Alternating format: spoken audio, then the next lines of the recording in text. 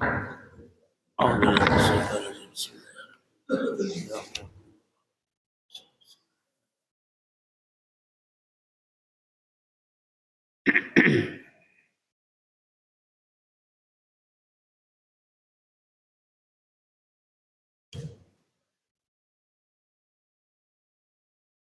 Assalamualaikum warahmatullahi wabarakatuh.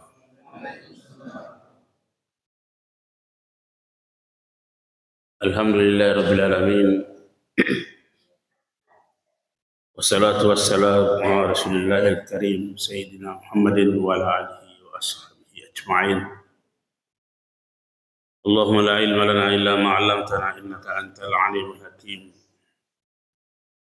Fa'allimna ma yanfa'una wa anfa'na bima 'allamtana.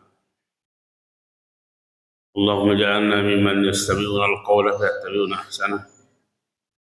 Wa la taj'alna mimman 'arada 'an dzikrik wa inna lahu ma'ishatan danka. Wa adkhilna fi ibadikas shalihin bi rahmatika ya arhamar rahimin.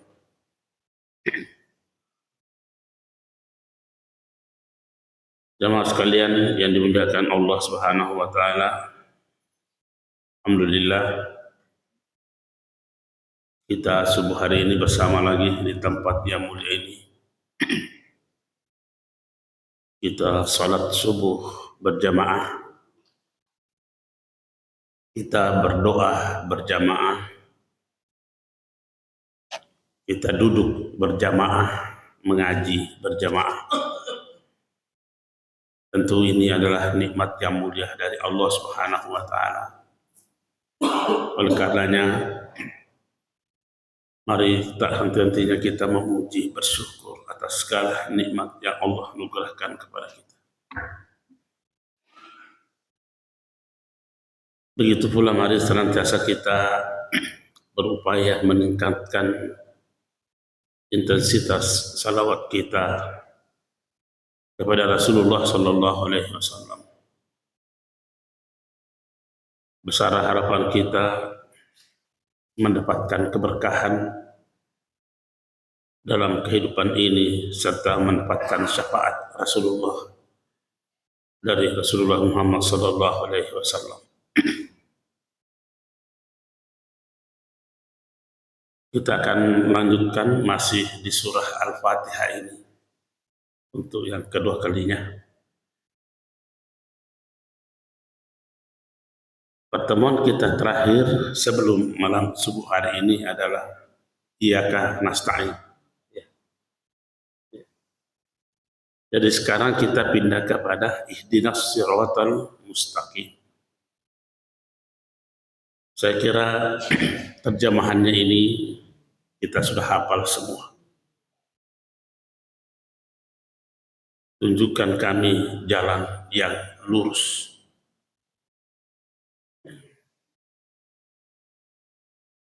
Sesungguhnya ihdinas siratal mustaqim ini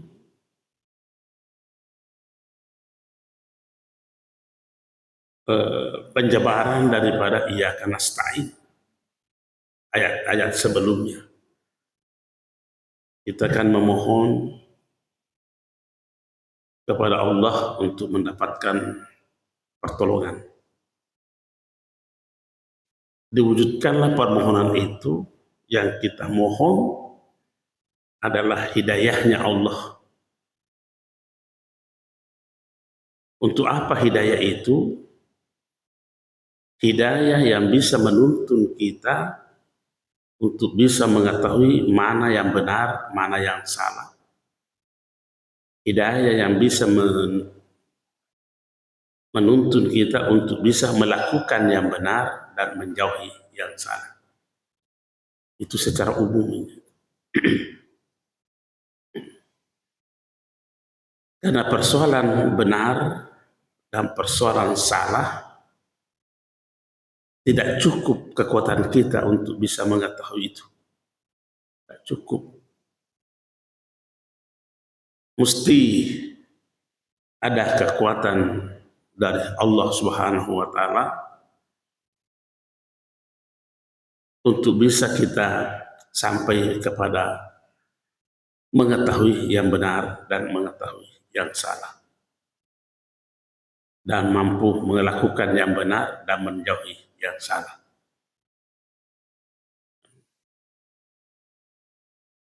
Alatnya untuk mengetahui itu sudah ada.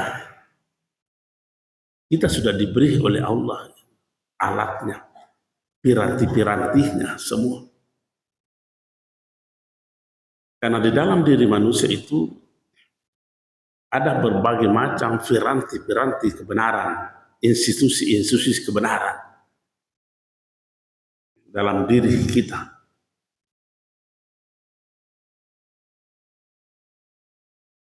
Akal itu termasuk institusi kebenaran. Nafsu, institusi kebenaran. Hati, institusi kebenaran. Fuad, institusi kebenaran. Asir, institusi kebenaran.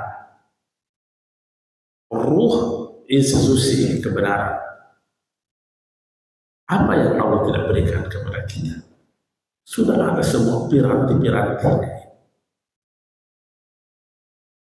Yang menjadi masalah sekarang, maksimalkah kita manfaatkan itu? Di situ letak masalahnya. Maksimalkah kita memanfaatkan itu sesuai dengan peruntukannya?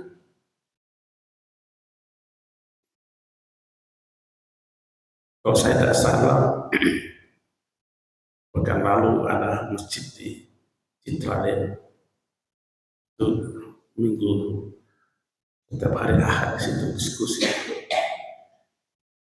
Ada pertanyaan begini, bagus kita coba cermati. Kapankah katanya manusia itu dikatakan manusia ini secara utuh berzikir kepada Allah? Itu pertanyaannya. Jadi saya bilang, manusia itu secara utuh berzikir kepada Allah. Kalau akalnya juga sudah ikut berzikir, nafsunya juga sudah ikut berzikir, hatinya juga sudah ikut berzikir, dan seterusnya dan seterusnya.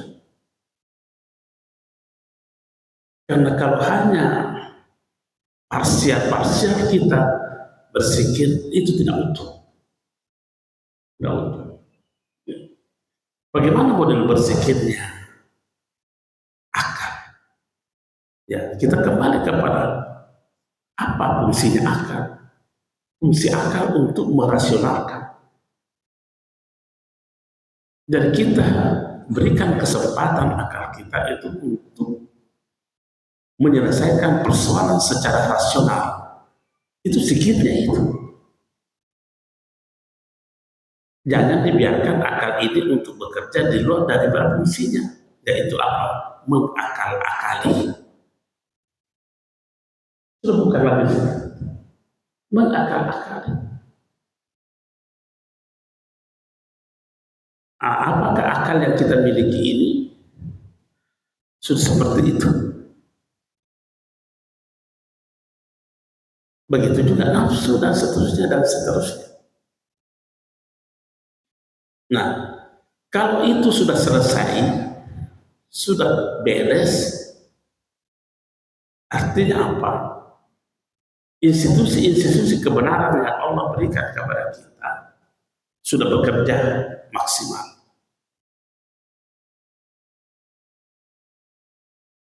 Dan ini yang kita mohonkan kepada Allah. Ihdina. Seolah-olah kalau kita mau rinci secara terperinci, ya Allah, tuntunlah akalku untuk bisa berfungsi seperti yang Engkau kehendaki. Tuntunlah nafsuku, keinginanku kepada yang Engkau kehendaki. Tuntunlah hatiku. Ihdina. Makanya dikatakan tunjukkan kami. Dan katakan tunjukkan aku. Kami. Semua institusi-institusi kebenaran dalam diri ini mutlak mengharapkan petunjuk hidayah. Makanya seorang ulama besar namanya Ibnu Arabi di dalam tafsirnya itu berkata, kata ihdina, tunjukkan kami itu,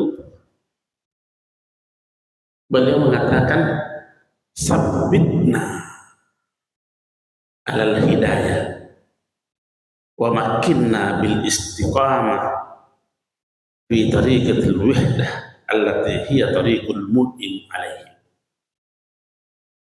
Beliau tafsirkan itu ihdina, kokohkanlah institusi-institusi kebenaran dalam diri kami, dan berilah kemampuan untuk tetap konsisten sesuai dengan fitrahnya. Itu permohonan, itu tafsirannya Ibnu Arabi. Sabbitna, kokohkan. Baru dikatakan makinna, berikanlah kami kemampuan, berilah kemampuan institusi kami, beri energi untuk bisa konsisten menelusuri menjalani jalanmu.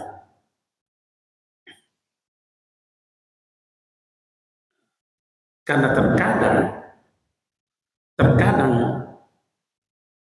hati kita berkata iya, tapi belum pernah kita ajak berpikir akal kita. Sudah akurkah itu? Ya. Iman kita sudah berkata iya, tapi sudah pernahkah kita ajak akhlak kita untuk mengiyakan yang diimani oleh iman kita itu? Sudah pernah saya ambilkan contoh, tidak apa-apa diulangi lagi. Ini demi untuk mencapai kebenaran. Kan dalam Al-Quran dikatakan, sungguh kafirlah orang yang berkata Isa adalah anak Tuhan. Itu jelas, laqad kafarah. Lam, sungguh, kada, sungguh, berarti sungguh-sungguh kafir. Dan iman kita menerima secara utuh, itu iman kita menerima secara utuh. Hati kita menerima secara utuh itu pernyataan Al-Quran. Nah sekarang dalam pelaksanaannya mesti kita baku atur dulu dengan akan cocokkah saya sampaikan kepada saudaraku yang tidak seagama dengan saya dengan menyebut kata kafir. Saya umpamanya disuruh memimpin doa. Saudara-saudara sekalian, mari kita berdoa bersama. Dan bagi saudara-saudaraku yang kafir, gimana itu? Hak iman kita berkata benar. Iman kita berkata benar. Terima itu. Tapi akal kita bertunggu dulu. Tunggu dulu. Ada etika yang harus kita jalani. Maka kita katakan dibelokkan sedikit ucapan itu tanpa meninggalkan eksistensinya. Saudara-saudaraku yang non-muslim, merusak kira tidak itu? Tidak. Merusak perasaan saudara kita itu? Tidak. Ini jalan yang benar. Kenapa? Karena seluruh institusi dalam diri kita bekerja sesuai dengan fitrahnya. Sudah bekerja sesuai dengan fitrahnya.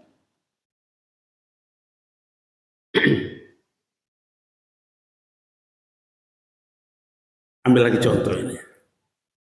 Baru kita angkat di sini. Sudah pernah juga di 2 masjid saya sudah pernah angkat ini. Tapi ini bisa dipikir-pikir. Karena ini juga hasil tafsir. Tafsir itu ijtihad. Ijtihad itu boleh salah, boleh benar. Kan sering kita berkata, bosan minggu ini saya sampaikan di Istiqomah dan di Siaran. Kan sering kita menasihati anak kita, jangan bergaul dengan penjahat. Bagus nggak kedengaran itu? Atau kebiasa juga kita sampaikan begitu kan? Jangan bergaul dengan orang nakal.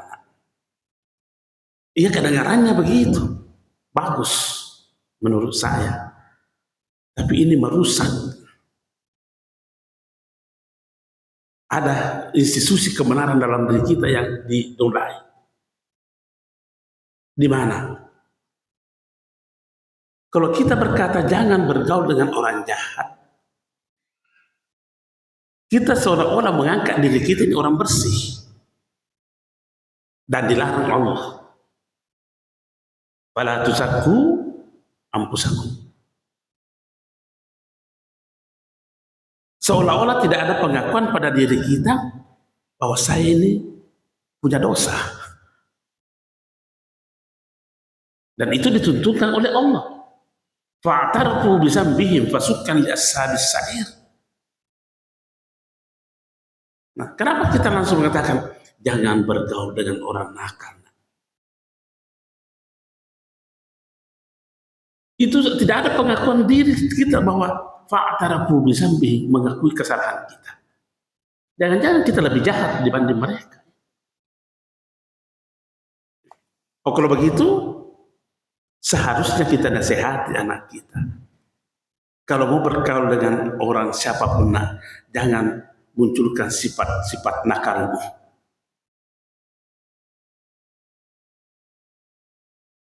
Ini boleh dipikir-pikir ini.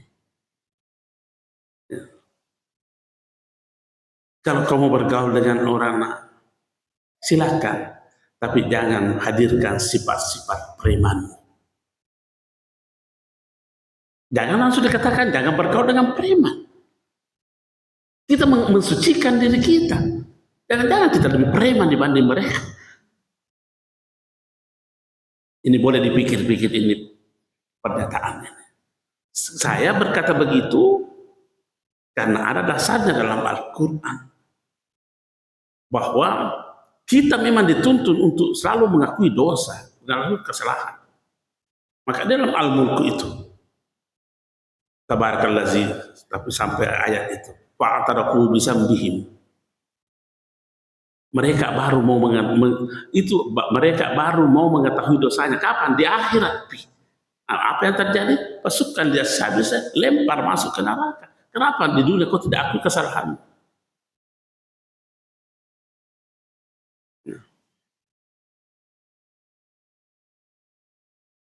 Jangan selalu menghadirkan saya suci.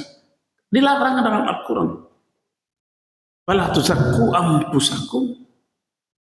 Apakah tidak berkonsekuensi begitu kalau kita memberi tuntunan nasihat anak kita ke begitu? Jangan bergaul dengan orang nakal. Kira-kira bandingkan kalau saya nasihati anakku berkata begini, jangan kau bergaul dengan orang-orang nakal. Dibanding saya nasihati anakku, kalau kau bergaul dengan orang, jangan munculkan sifat-sifat nakal.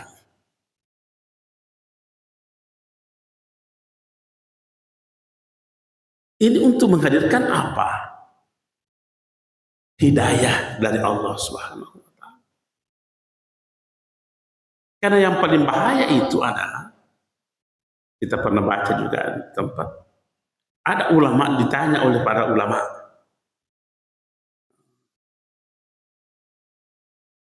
dia katakan begini, apakah kau tahu namanya orang bodoh? Itu pertanyaan. Tahukah kau namanya orang bodoh? Atau dia pertanyakan begini, masih adakah? Begini pertanyaannya, masih adakah lebih jahat dibanding kebodohan? Orang ulama ini yang ditanya menjawab, iya ada. Yang mana itu? Al-jahlu bil jahli. Orang yang bodoh di atas kebodohannya. Itu. Bagaimana maksudnya orang bodoh di atas kebodohannya? Orang dia tidak tahu bahwa ia tidak tahu. Dan memang dia tidak tahu. Dan betul-betul dia tidak tahu. Itu. Karena kalau orang tahu bahwa dia tidak tahu, ada usaha untuk tahu. Tapi kalau memang dia tidak tahu bahwa dia tidak tahu, dan memang dia tidak tahu, dan betul-betul dia tidak tahu, ini namanya jahil murakkab. Kebodohan bersusun. Jangan-jangan kita tidak mengenal bahwa kita ini banyak kesalahan, dosa. Kita tidak mau mengakuinya. Ini tolong dipikir, dan saya bisa dikasih saran. Salah itu rusak. Mungkin bisa tetap saja. Dan saya siap mengubah pendapat saya. Dengan cara menasihati anak-anak kita. Jadi, bergaul dengan orang siapapun, jangan sifat-sifat jahilnya jahil kita yang kita tampilkan. Dan saya sudah pernah buktikan ini. Itu pernah saya kan dulu tinggal di Panampu. Pertama saya datang sepulang dari Mesir, tinggal saya di Panampu. Itu tempatnya perang-perang itu. Ada orang di depan rumah saya itu, tetangga di depan rumah. Pokoknya pekerjaannya itu tiap subuh diangkat dari got bersama dengan nomor motor Vespanya. Maksudnya itu orang mabuk. Tiap subuh. Nggak pernah tidak. Pokoknya kalau saya mau pergi sholat subuh, ada di situ bareng di got itu bersama dengan motor Vespanya. Ya. Jadi saya berpikir bagaimana mengangkat orang ini. Saya bilang pada suatu hari saya katakan, Pak Rustam namanya. Pak Rustam, bisa kita bawa mobil? Bilang iya bisa. Bisa minta tolong mungkin jadi supirku. Bilang, oh iya boleh. Ayah Hasan jadi sopir lah. Selama menjadi sopir bagi saya, tidak pernah saya ajak pergi sholat. Tidak pernah saya ajak pergi masjid. Saya cuma melakukan apa yang saya tahu benar. Biarlah dia menyaksikan. Dan memang saya tidak mau memperlihatkan sifat nakalku terhadap bergaul dengan orang nakal. Apa yang terjadi? Bukan lagi diajak pergi ke masjid, justru dia mengingatkan. Cewek-cewek mesti dia lupa. Kayo kasih sehingga maka pelena. Dia tawarkan. Ada masjid di depan. Mungkin iya. Masih begitu dulu. Akhirnya apa yang terjadi? Ikut sholat. Berhenti Tommy mabuk. Hasilnya nikmatnya saya itu tiap hari kan ini luas empannya istrinya. Tiap saat selalu karena kirim ikan bulu. Ya. Berterima kasih sekali istrinya itu. Artinya apa yang kita mau tampilkan ini adalah mari kita ikuti aturan permainan Al-Quran. Nah, untuk mendapatkan hidayah seperti ini untuk dibagi kepada orang. Hidayah kita yang kita Allah berikan kepada kasih juga orang. Jangan nikmat sendiri.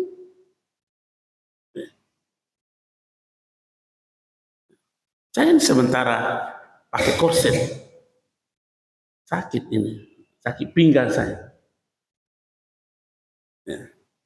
Dibilang nyonya, mau pergi pengajian? Nah iya. Kenapa? Nah, hakiki itu bilang masih ada kesehatan saya untuk saya bisa bagi kepada orang.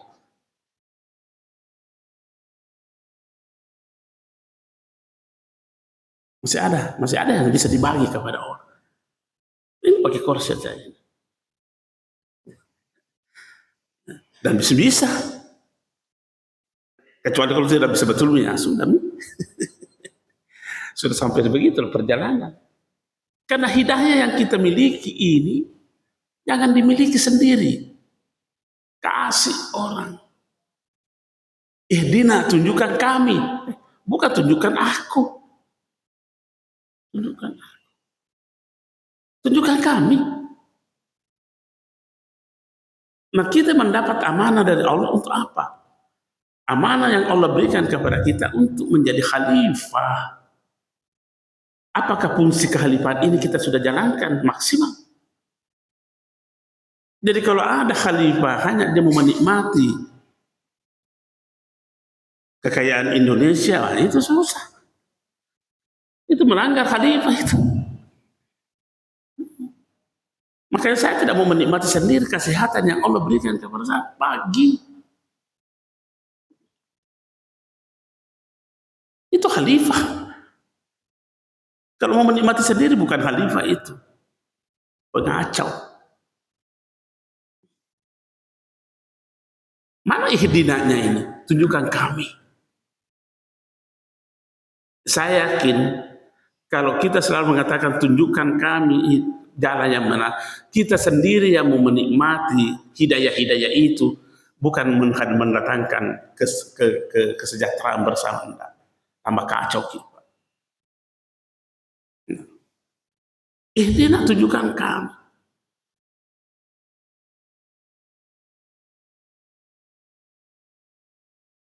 Nah, kalau kita memperhatikan di sini, ini ayat ihdinas siratal mustaqim.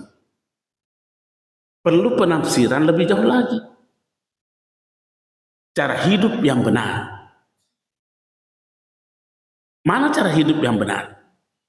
Diterangkanlah pada ayat berikutnya. Yang mana cara hidup yang benar? Yaitu cara hidupnya orang-orang yang engkau telah beri nikmat. Cara hidupnya orang-orang yang engkau telah beri nikmat. Nah, kalau begitu kita cari orang-orang yang siapa yang telah diberi nikmat ini. Bukan nikmat material saja di sini, bukan. Karena seandainya hanya nikmat material yang menjadi ukuran di sini, mari kita ikuti Qarun. Tapi kan bukan itu. Bukan itu.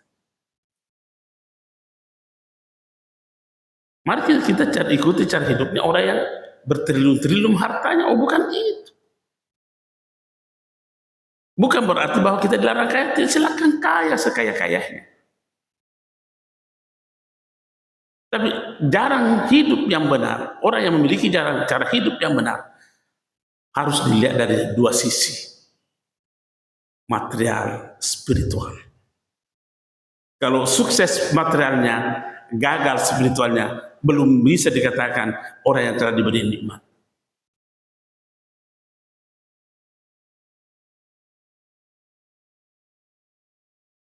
Nah, yang menjadi masalah ini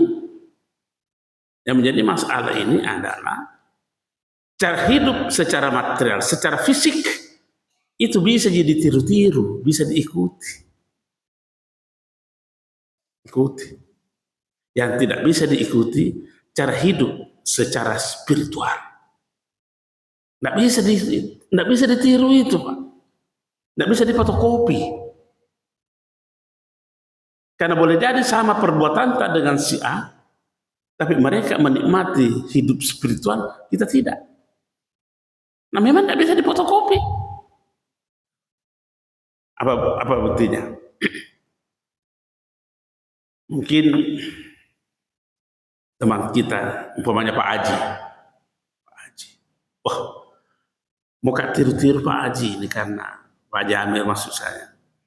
Wah, Bagus sekali saya tafakkur, duduk, mengaji, zikir di masjid. Saya mau ikut itu. Kalau nggak ikuti cara hidup yang beri nikmat. Nah, saya juga mau ikut duduk, tafakkur dia. Kira-kira duduk saya, samakah duduknya beliau itu? Memang duduknya sama, bacaannya sama, tapi sama ke spiritualnya di situ. Jangan sampai dia tafakkur, saya menghayal. Tapi bisa ditiru. Kalau duduk boleh tiru ya ke duduk. Mas Suleka toki. Kasih goyang-goyang mulut, kasih goyang-goyang tuh mulut. Kasih goyang-goyang tangan juga. Boleh jadi iya tafakkur, tapi ya melanglang-buana. Kenapa? Ini dua unsur ini tidak boleh, unsur spiritual tidak boleh ditiru-tiru. Harus melalui thariqah untuk mendapatkannya itu. Cara tersendiri untuk mendapatkannya itu. Karena tidak bisa ditiru.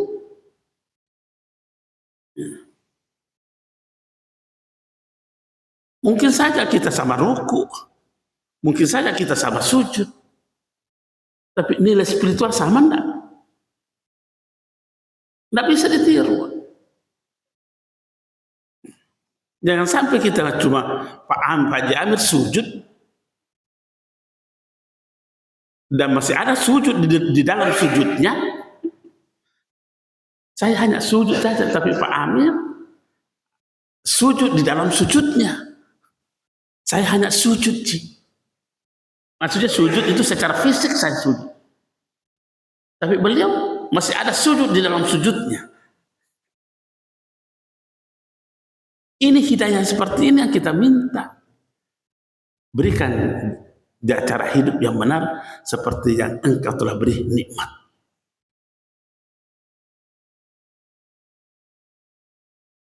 Cari makin siapa itu? Nah, Allah sudah menunjukkan. Oh, antara lain minan nabiyyin, itu hadis itu, ayat itu kan, tunjukkan kami cara hidup yang benar. Yang mana itu? Ya, jalannya orang yang telah Engkau beri nikmat. Dicari dalam Al-Quran, siapa nih orang yang telah diberi nikmat ini? Al-Quran berkata, may yuti'illah wa rasul faulaika ma'allazina an'amallahu alaihim. Siapa yang taat kepada Allah dan Rasulnya, itulah orang yang telah diberi nikmat. Siapa? Min. Jadi min di sini adalah bisa bermakna al-ba'diyah, bisa bermakna al-bayan, yaitu minan nabiyyin, para nabi. Siapa lagi? As-siddiqin. Siapa lagi? Asy-syuhada. Siapa lagi? As-shalihin. Baru ditutup ayat itu, wa hasuna ulaika rafiqa. Itulah teman yang terbaik. Nah sekarang persoalan Nabi sudah tidak ada. Ya ikuti pewaris-pewaris Nabi.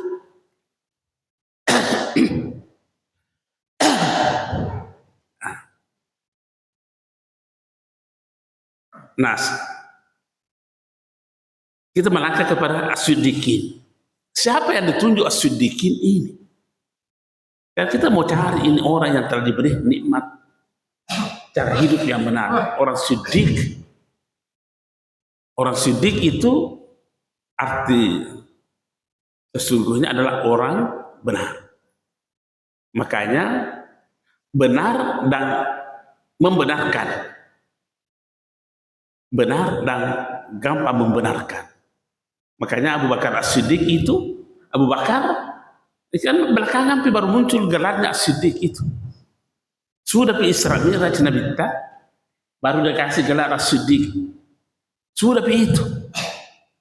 Kenapa? Karena sewaktu Nabi menceritakan peristiwa Isra Mi'rajnya, Banyak orang yang membantah, salah. Sampai-sampai itu kan ada pamannya Nabi yang sangat membantah itu.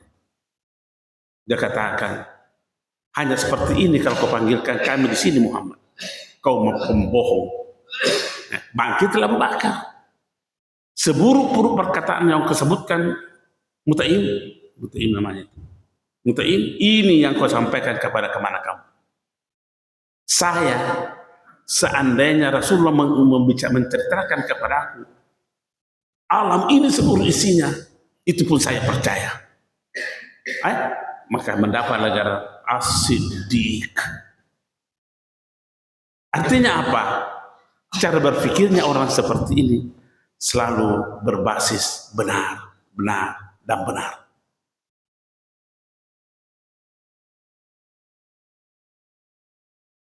Tentu yang dimaksudkan benar di sini adalah bukan hanya kebenaran yang dibenarkan oleh nafsu, tapi kebenaran ditopang oleh institusi-institusi kebenaran dalam diri kita.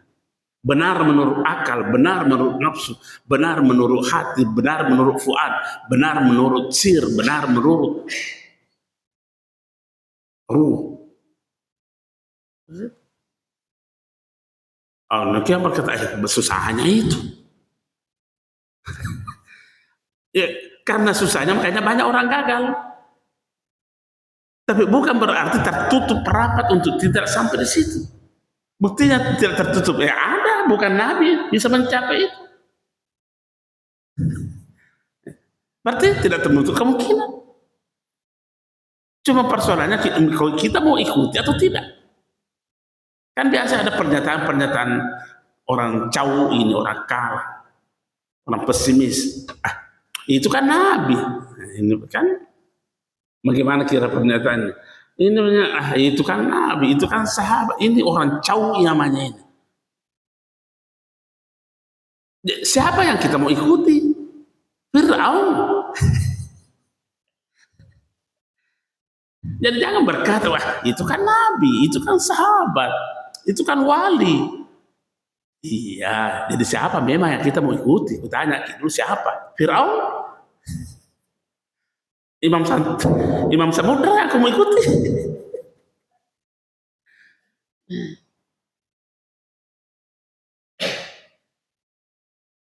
Bahkan pernah kita angkat ceritanya si Abdullah bin Salam. Ini pendeta di zaman Rasulullah. Tapi sebelum datang, dia sudah kuasai itu kitab-kitab sucinya. Dan dia membenarkan bahwa akan datang seorang nabi dari kalangan Arab. Akhirnya apa dia katakan? Ditanya sama Umar, Abdullah bin Salam, kan sebelum masuk Islam, sesudah masuk Islam ditanya sama Umar, Abdullah bin Salam, bagaimana sebenarnya kau mengenal Muhammad? Beliau mengatakan, saya mengenal Muhammad melebihi pengenalanku dibanding mengenal anakku.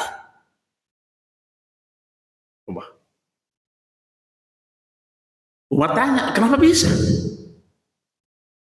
Dia bilang, ya, karena kebenaran Muhammad tidak ada sedikit pun salah yang bisa saya jadikan pelarian untuk mengatakan bukan. Tidak ada. Tidak ada salah. Terus anakmu, masih ada salahnya. Siapa tahu anakku yang saya sekarang ini adalah hasil hubungan gelapnya istriku dengan orang lain.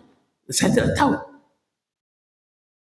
Begitu, tidak betul-betul tidak ada. Tidak ada sedikit pun salah yang bisa dimasuki tidak percaya kepada kebenaran Muhammad. Makanya dikatakan, ya'rifunahu kama ya'rifuna abna, melebihi pengetahuan terhadap anaknya.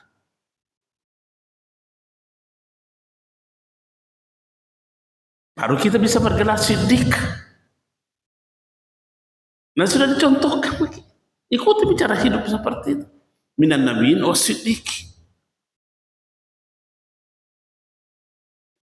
Benarlah ini, benarlah ini.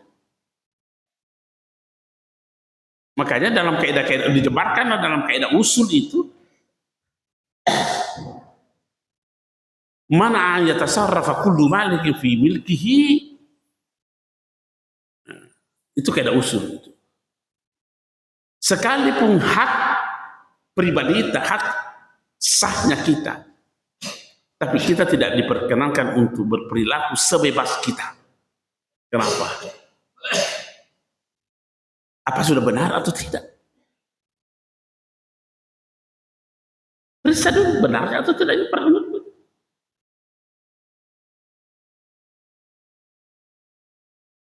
Itu gaya berpikirnya As-Siddiq.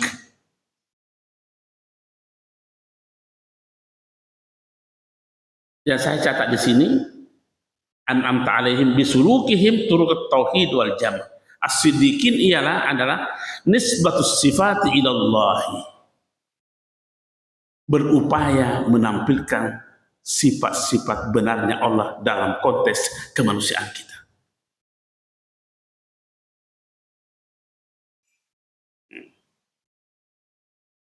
Bagaimana cara? Bin ikhlahi an sifatihim, lepaskan sifat kemanusiaan. Wal ittisafu bi sifatihi, dan milikilah sifat-sifat keilahian itu. Takhalluq bi akhlaqillahi. Lau zaharu bi sifati nufusihim lakanu kazibin. Karena kalau yang tampil adalah sifat-sifat kemanusiaan kita, lakanu kazibin, itu namanya pembohong.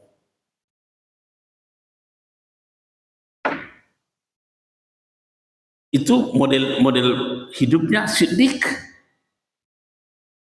Dan kita sendiri yang minta jalannya, cara hidupnya orang Siddiq yang beri nikmat.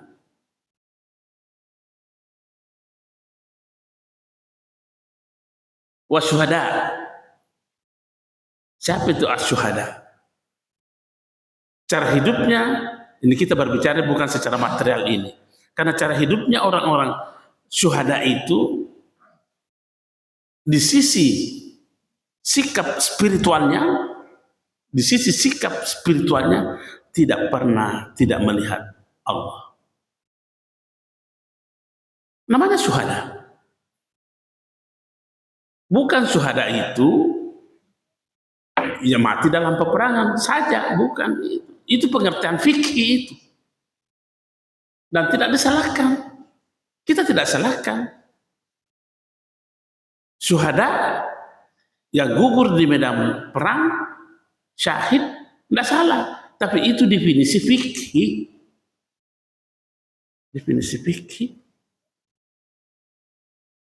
Yang mana syuhada yang dimaksudkan di sini? Secara spiritual, tidak pernah tidak melihat Allah.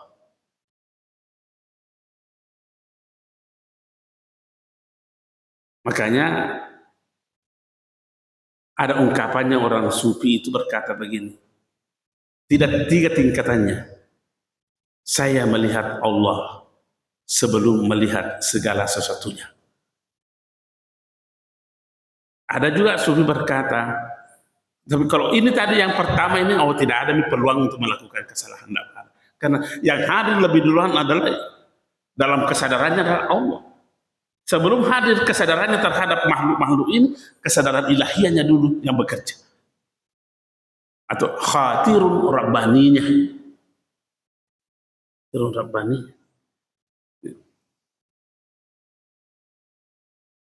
Ada juga sufi berkata, saya melihat Allah pada saat melihat segala sesuatunya. Nah ini masih aman-aman ini. Ada juga yang berkata, saya melihat Allah setelah melihat segala sesuatunya. Ini ada salahnya sedikit ini, ada salahnya. Di mana salahnya itu? Kita kan sering berkata, astagfirullah, salah kata. Baru sadar. Artinya baru melihat, sudah pernah salah. Pasti masih ada peluang. Nah, ini kategori ini belum bisa dikatakan syuhada ini, syahid. Belum. Saya ini bukan ulama, tapi saya mau tambah satu. Tambahannya apa? Saya tidak pernah melihat kecuali Allah.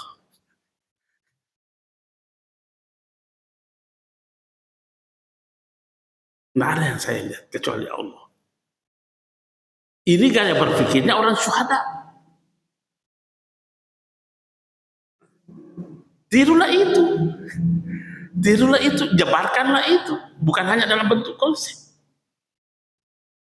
Karena kalau ini kita jabarkan cara hidup syuhada ini, biar disuruh melakukan kesalahan, tidak bisa. Mungkin diseret masuk, tidak bisa. Tidak bisa. Kenapa? Karena kesadaran yang kita miliki adalah khatirun rabbaniyun. Kan banyak kesadaran yang membentuk sikap kita. Ada namanya khatirun rabbaniyun, ada namanya khatirun malakiyun, ada namanya khatirun akliyun, ada namanya khatirun nafsaniyun, ada namanya khatirun syaitaniyun. Ada 5. Ada 5 bentuk kesadaran itu yang mempengaruhi sikap kita. Yang mana yang banyak? Maksudnya itu khatirun, bisikan-bisikan kebenaran dalam diri kita, bisikan-bisikan halus. Bukan jika setan yang membisik kita, itu namanya khatirun syaitaniyun. Bukan jika rasionalitas yang mempengaruhi kita, itu namanya khatirun akliyun.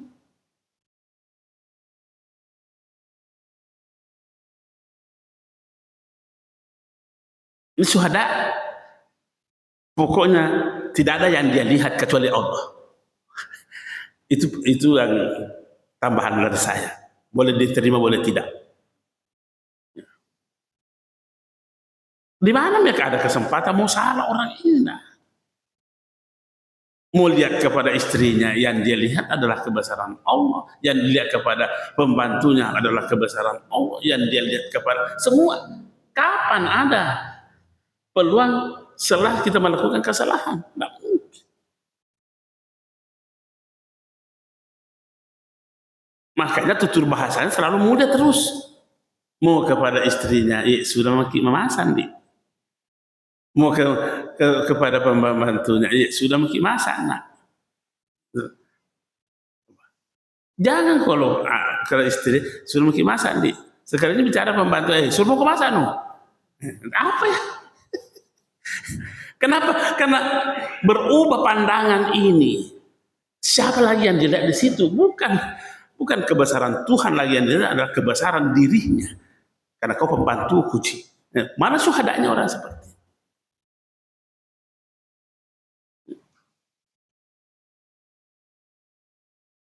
Kalau bersama dengan bos, bersama dengan teman-temannya pergi kunjungan ke daerah, ya satu meja.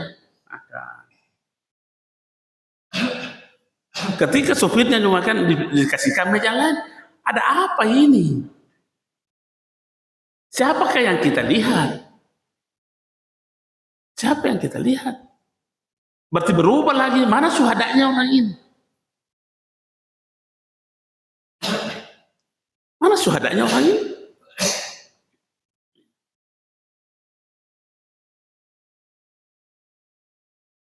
Artinya apa? Ini orang syuhada. Kenapa kita bicara dulu? Kenapa bisa dikatakan syuhada ini lari kepada persoalan spiritual? Padahal ini kan persoalan fikih awalnya. Gugur di medan perang. Dan kita lihat. Orang yang ikut perang, kan di situ kita lihat kilauan pedang. Ya, kilauan pedang. Tapi orang syuhada bukan itu yang dia lihat. Karena seandainya kilauan tajamnya pedang yang dia lari, Pak. Lari. Bukan itu yang dia lihat. Yang dia lihat adalah Allah. Makanya ada seorang sahabat itu senang sekali kalau diajak pergi perang.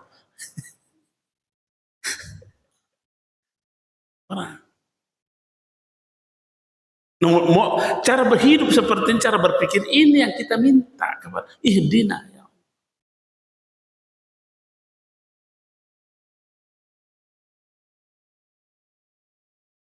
Buktinya sudah diterima permohonan kita Kembali baca-baca yang kembali kita sebutkan itu. Iyyaka na'budu wa iyyaka nasta'in. Sudah adakah kita memiliki poin-poin nasta'innya itu? Kemarin kan kita gambarkan itu nasta'innya. As-salihin, as-salihin, bagaimana cara berpikirnya orang saleh? Orang saleh, cara berpikirnya orang saleh itu bukan hanya persoalan benarnya, tapi persoalannya adakah manfaatnya terhadap orang lain. Selalu berpikir begitu. Orang saleh itu, bisakah ia memberi kontribusi kebaikan kepada orang? Dia selalu berpikir bukan untuk dirinya, bukan dirinya. Apakah kesehatannya ini dia berikan untuk orang? Apakah ikhlasnya ini diberikan kepada orang? Apakah tawadunya diberikan kepada orang? Itu cara berpikir orang saleh.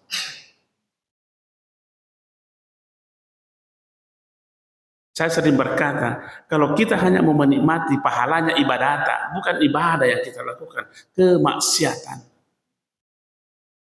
Bukan. Kita menemukan keikhlasan dalam ibadah, kasih orang, kasih tetangga, kasih siapapun, supaya dia nikmati itu keikhlasan kita.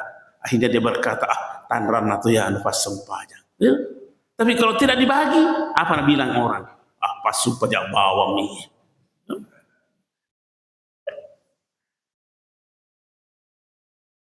Kasih. Ada kisah. Ada kisah di perang Yarmuk. Perang Yarmuk. Ada seorang sahabat namanya Hudzaifah. Ini pekerjaannya sahabat ini, dia selalu memikul air minum tanpa disuruh, Memang pokoknya saya sambil berperang dia bawa memang bekal air minum. Suatu waktu di perang Yarmuk, ini kesan sahabat ini kena luka parah. Masalahnya dia mendengar jeritan sahabat yang lain juga menjerit kesakitan, sudah sakarat. Dia tidak minum dulu, mungkin sahabat itu butuh air. Dia kasih dulu situ. Dia datangi orang yang dia dengar menjerit itu. Sampai kepada sahabat ini yang menjerit kesakitan, kena luka. Apa dibilang sahabat yang pertama? Jangan dulu. Itu ada juga yang menjerit di situ. Jangan sampai itu lebih butuh. Padahal ini sudah mau mati juga ini, butuh air. Dia bilang kasih dulu itu yang di sebelah itu, menjerit juga itu. Belakang sampai saya itu dulu. Maka datanglah ini Hudzaifah pada yang kedua. Ini yang kedua mendengar lagi jeritan di sebelahnya. Dia bilang jangan dulu saya, itu lebih parah itu di sebelah. Padahal sudah parah juga ini.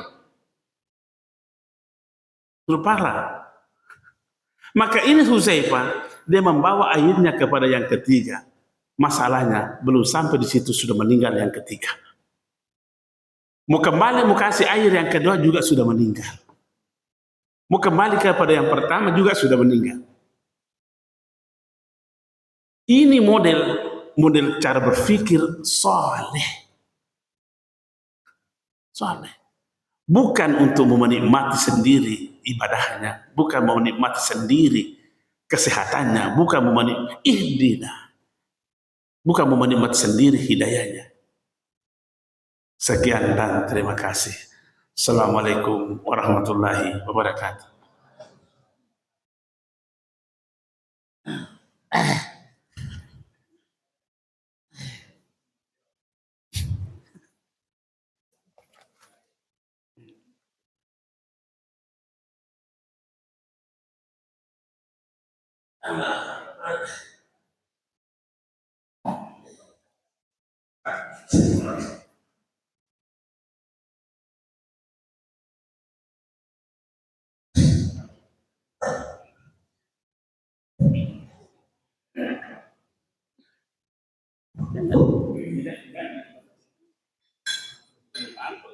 Pagi.